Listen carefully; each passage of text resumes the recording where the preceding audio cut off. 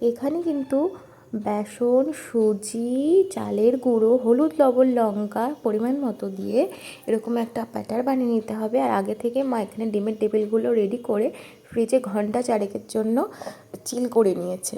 তারপর ফ্রিজ থেকে বার করে বেসনের ব্যাটার মানে পুরি যে ব্যাটারটা বানিয়ে রাখা হয়েছিল তার মধ্যে টেবিলগুলোকে ভালো করে এপিট ওপিট মিশিয়ে গরম তেলে এক এক করে ছেড়ে দিল। গ্যাসটা কিন্তু অবশ্যই মিডিয়াম ফ্লেমে রাখতে হবে, বেশি হাই বা লোতে রাখা যাবে না। তোমাদের সাথে অন্য একটি ভিডিওতে এই পুর বানানোর রেসিপিটা শেয়ার করব। তো এরকম তোমাদের ডিমের টেবিল খেতে কার কার ভালো লাগে আমার মতো, পারলে কমেন্টে অবশ্যই জানিও। দেখো কি সুন্দর গোল্ডেন ব্রাউনিশ করে ভাজা হয়ে গেছে। এটা কিন্তু দেখতে যেমন হয়েছে খেতেও কিন্তু দুর্দান্ত হয়েছিল। তো ভিডিওটি ভালো লাগলে অবশ্যই একটু লাইক, শেয়ার, সাবস্ক্রাইব করতে ভুলো না।